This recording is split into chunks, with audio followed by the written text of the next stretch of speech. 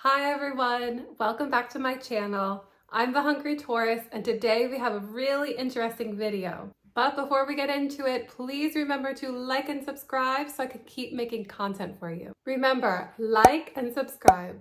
Like and subscribe. Okay, today we're going to be talking about 5 things that I didn't know about China but ended up really liking. And I just want to preface this video by saying I'm drawing these opinions by my own experiences. I'm in no way saying that I know of yours, nor would I want to speak for you. It's just a fun video to tell y'all how I experienced China. Public transit. I could go on and on about the public transit in China. It is so good. It is so precise. It is everywhere. Coming from a person who does not like to drive, the public transit in China is just incredible. Really, you can rely on it to get almost anywhere.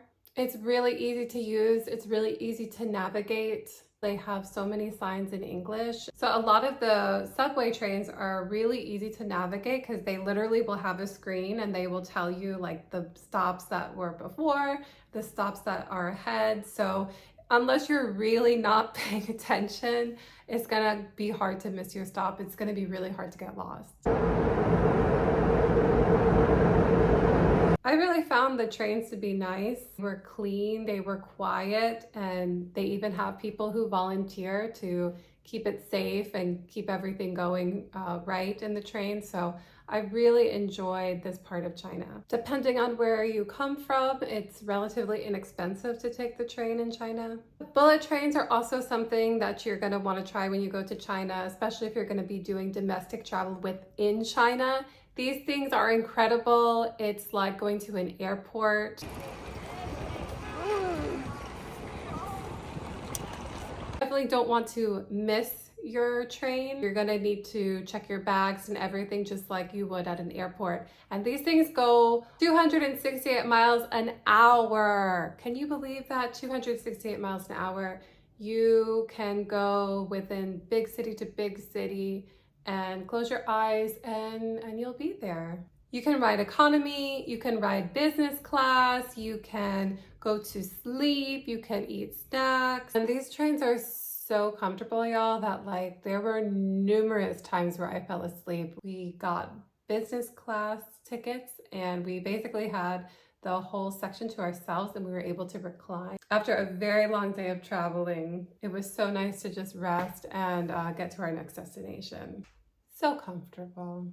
I was thinking the whole time when I was on the bullet train how much that I wish that the US had them. There's so many people who have a fear of flying or just uncomfortable around the whole idea of being in the sky, and the fact that people can get around their own country by taking these high-speed trains in an afternoon.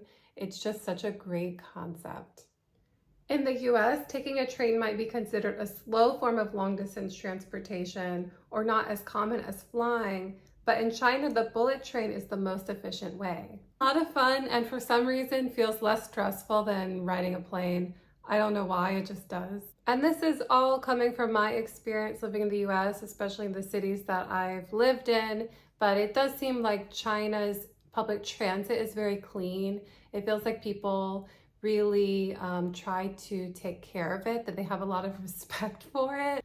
I was just very comfortable on the train. There are some things that I found difficult or frustrating about the bullet trains, but I'm gonna share that one in my next video with things that I didn't like about China.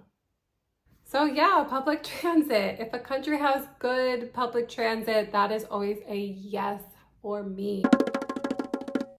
Another thing that I really loved about China is how safe everything feels. Of course, it's not 0% crime. Every country has its own crime. I'm not going to get into statistics or anything like that, but for the most part, you feel safe there. You feel like you're not going to get mugged. You're not going to get your bag stolen. You're relatively safe. So when I was there, I was visiting my husband's family. And it was pretty funny because there were many times where we were getting out of the car to go somewhere for a couple minutes, or even like long trips. Like I would be leaving the car for a couple hours and they would always tell me like, oh, I could leave my bags, I can leave my jacket and in there. And I'm not used to that. I'm used to taking everything out and making sure that you can't see anything in the windows. And so that was something very different for me that I thought to myself I could really get used to. How it was explained to me is that the laws are very strict there and people do not want to take the chance of even petty crimes because the rules will be enforced and it's harsh. The fine is not worth the crime. In no way am I saying that you shouldn't be vigilant or you shouldn't be conscious about yourself and conscious about your surroundings. You wouldn't necessarily need to feel as guarded as you do in other countries and your own country. You can also kind of start feeling how safe China is because you can start feeling yourself how much the rules are enforced and how people are expected to follow the rules.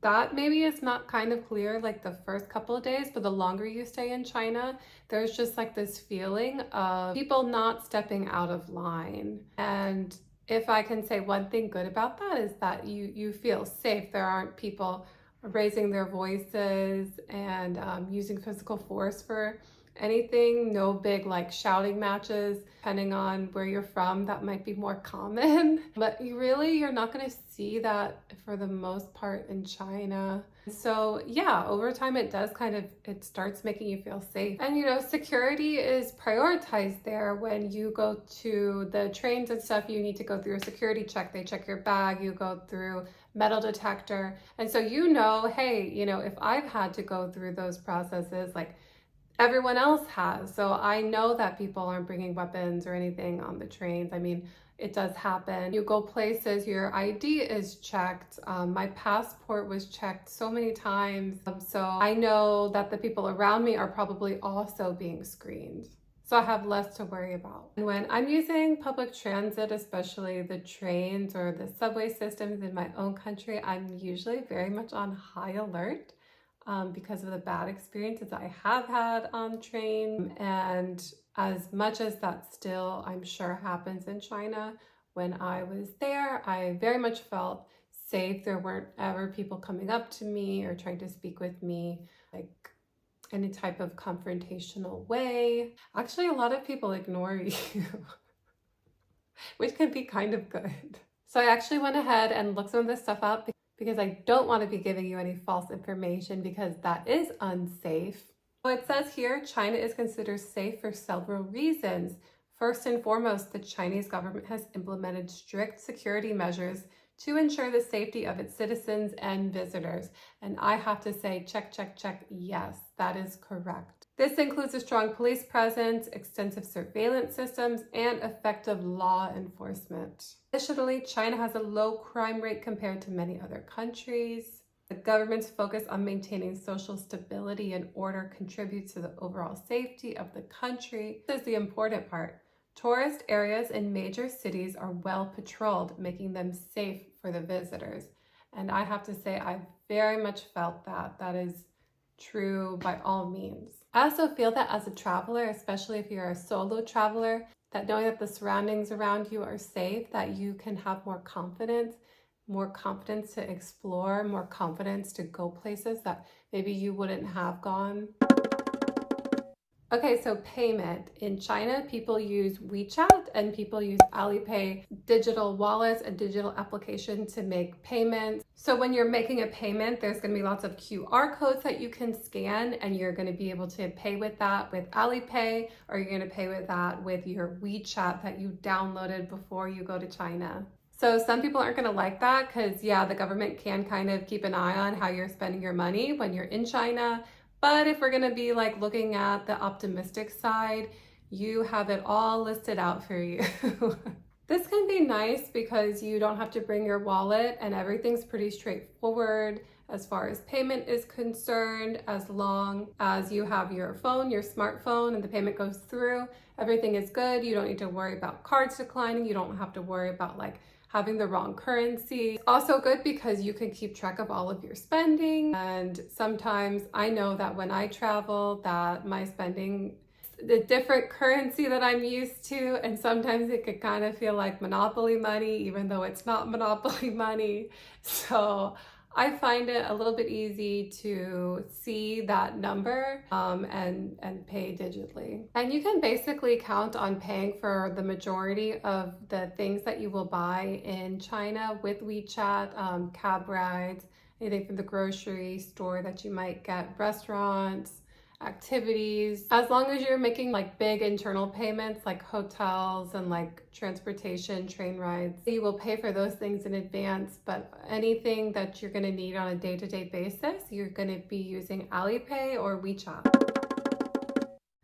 Okay, and this one is a controversial one. I have to say, I really enjoyed the no tipping policy. I'm from a tipping culture and I do tip. It's expected that you tip when you go out in the States. If you don't tip, don't go out. To me, it just seems very straightforward that you pay for what you're getting. Yeah, the service isn't maybe what you're used to. It doesn't feel as much that people making conversation with you. You kind of get what you pay for. And I just really like the straightforwardness of that. I like being able to buy something and know exactly how much money it costs. So I think coming from a background, especially where I have worked jobs for tips, I never liked that. And I always kind of felt like my conversations with people were a little bit disingenuous because I kind of was working for tips. And being on the other side, I can always kind of feel that with other people and they're just doing their job. It's completely understandable. That's the American way. But when there isn't that kind of layer there and you can kind of just like pay for your service and a person can just give you your service without anything extra, no frills or anything, and leave, it's nice. I think I'm also just like a kind of person who likes to do things myself, who doesn't need to be waited on. Well, yeah, you can kind of pay for something and then do as you please with it. You don't need to kind of have that like customary service provided throughout the whole experience. 谢谢 thank you.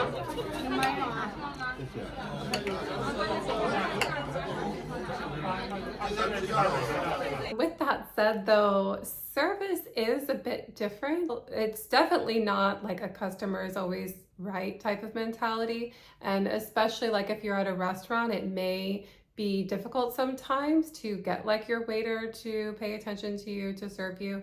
I didn't have so much problems with that, but I think my husband actually did, which is kind of funny because he's Chinese, but he's lived in the US for so long now that I think he was getting a little impatient at times. So he's getting used to that customer service type of interaction we are so used to in the US.